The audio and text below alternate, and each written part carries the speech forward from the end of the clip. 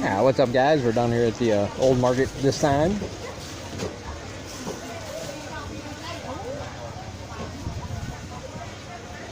That's right, look at these big bags of noodles. All different kinds of noodles down there. They even have pre-packaged ones if you want.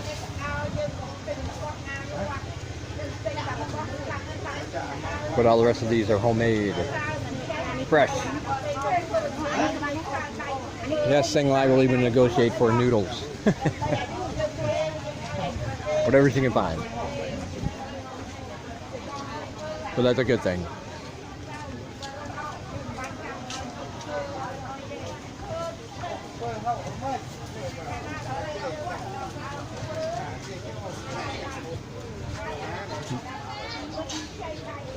Just a quick reminder, my new book comes out Saturday.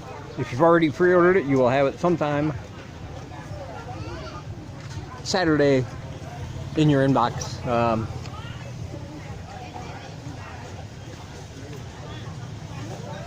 That might be Sunday for me because of the time difference, but you'll get it, don't worry. And if you haven't, I would surely appreciate it if you pre-ordered it. It's only $10. It helps to support me. And this book is going to be awesome. It's called A Big Book of Weird Top 10 Lists. You can just hit the donate button below. Send me 10 bucks. Whatever address, whatever email address you use to do that, I will send you the book on day one. It's over 60,000 words in more than 40 categories, covering all the weird, strange, unusual, and even uplifting facts you might not have known about some of your favorite subjects. Still trying to play some catch up from last month because of Christmas. Donations didn't come in as they have been. It's kind of hurting the bottom line, and I would appreciate it if you would help support me and buy the book. You get something cool in return. There's also a link down below for my Patreon page if you want to help on a monthly basis. That would be awesome as well. You get access to exclusive videos, pictures, blog posts, and more that you will not find anywhere else on social media. All for you. And of course, I have other books available. Those links to those are down below, and those are an instant download at the pages listed. And one of them is a book, yes, about how to live in Cambodia. So if you're here because you're wondering, you need some guidance, you have questions, my book, I think, is the best place to start getting those answered.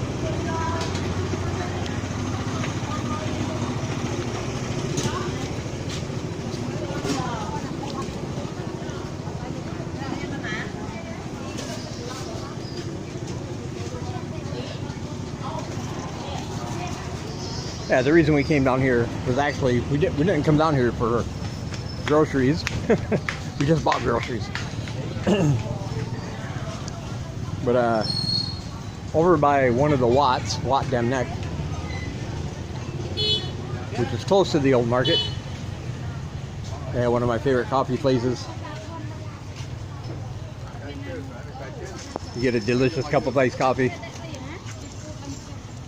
Really big, really nice, delicious for only 50 cents, which is about half the price you pay in like we're in my area, you pay about $1. So I figured we go out walking, I'll save some money. And since we were down here, of course, thing I can't but help noodles and just noodles and some vegetables, things like that.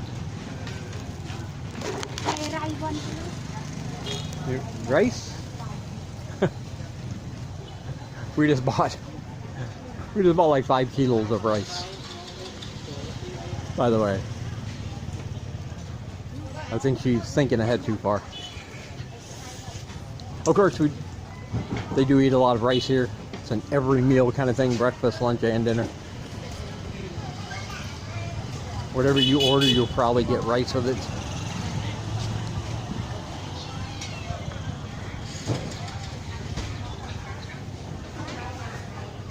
And last night as a snack she made babor. If you don't know what that is, that's just a simple rice porridge. But we use some of the leftover beef or leftover pork from the meal she made earlier. Put some fish sauce in there. What a great snack. That hit the spot. Also, Single Eyes Cooking Channel is down below. She did come out with a new video yesterday. Show you what she made with that pork with some vegetables. Very good. Somebody had a question I thought might be best answered on a video rather than a comment about this person wants to come here and teach. Really not into teaching small children and wanted to know what the options were. Like I said, the majority of jobs here at international schools are going to be for children, preschool and kindergarten. Those are the money makers. Those are what the schools are going after. So that is probably going to be the majority of jobs. But you do have other options available. I've taught everything from preschool all the way up to adults. There are some schools that do have adult classes. The issue is that you probably won't get paid a lot because they're generally for only an hour a day, whereas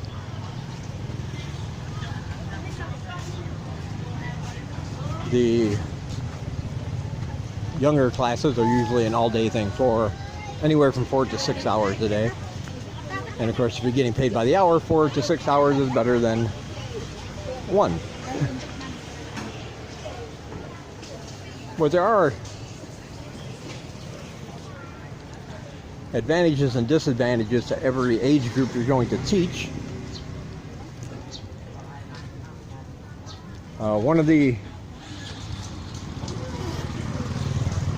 advantages. Hello. Okay, we're just out of pass that.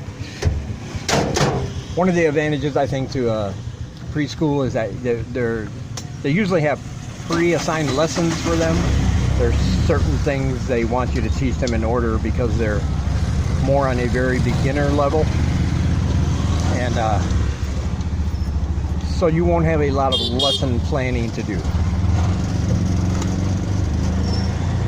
So as far as teacher time, it's probably the best option. Of course, depending on how you feel about young children, there could be a lot of cons with that too. Like, you know, they are young, their attention spans are not large. You might spend a majority of your class time, you know, telling them to pay attention instead of actually teaching. You will have to keep up with them, or at least put on a good show as if you are, no matter how tired you are. They do expect you have to be part entertainer, part teacher, and everything else when you're dealing with that age group.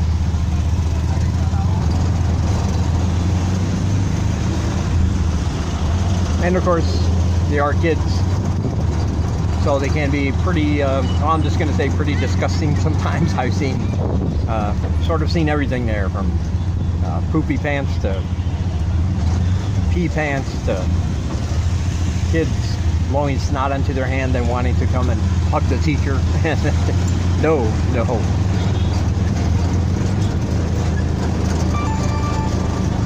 So you might catch a cold and you might get a virus every once in a while, because of course cleanliness is not their forte, as it were.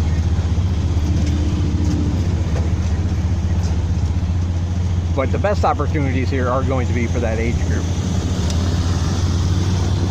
and you should be aware of that. However, the teenage demographic, you'll find kind of the same thing. You'll have to do a better lesson plans, which is going to take up more of your free time, because you have to plan those out every day. You're not going to be able to get away with making goofy faces in the name of entertainment but you'll still have to be engaging to that age group. So that might be a con, because that age group can be really fickle. They can go from one extreme emotion to the other in a matter of a class sometimes. So you still have to be part teacher, part psychologist.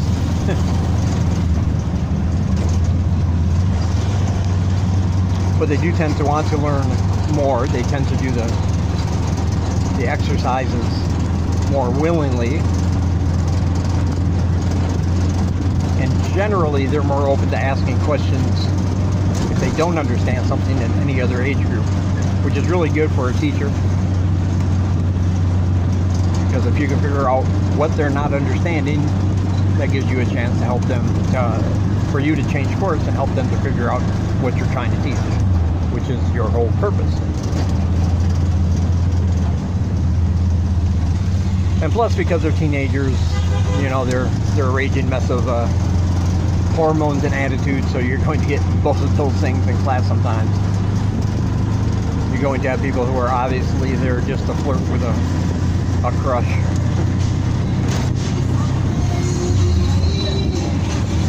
And you're going to have to learn when to separate students from each other so that they're paying attention to class. You have to explain this is not an anatomy class. You can flirt after school is done. But I would also say they're some of the easiest to teach, because they really do pick up the lessons well. It's been my experience. And they try really hard. Now the adults are on a whole nother level. And basically you're going to get, if they're an adult, that means they want to learn, which is really good for you. But you're going to have to be even more on point with your lesson plans. Because as an adult, and most of them will probably have some kind of full-time job as well, they can sniff out the BS pretty quick. They know when you're phoning it in. They're going to be aware when you're trying to do a blow-off class while they're sitting there trying to learn. They will have a lot of questions. Your lesson plans, no matter how good, will probably veer off course at some point, because you want to answer their questions. There goes Mark.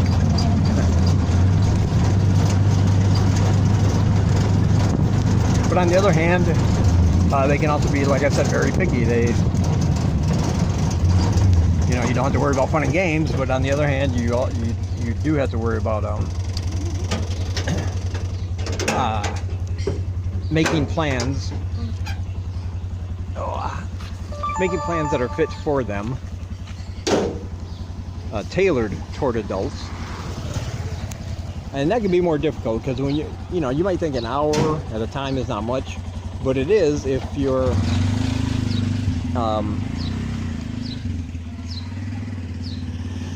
if you don't have like any activities, I guess you could say. Like with the other age groups, you will make up certain activities to bring home your point and to help them learn the lessons.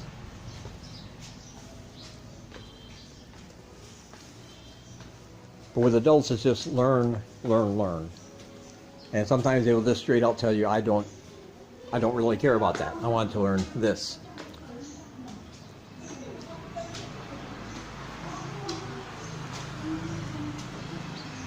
And of course, because you will be more their age, they will probably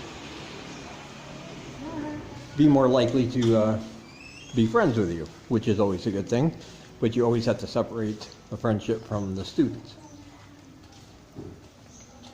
Because the way I see it, no matter which age group you're teaching, they're not really my friends. You can be friendly, obviously, but they're my students. And I try to teach, or try to treat them as such, with respect, of course. And I'm not standoffish or anything like that.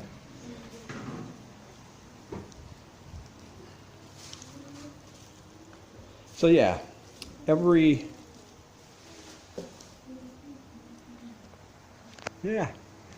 age group, every level has its own advantages and disadvantages.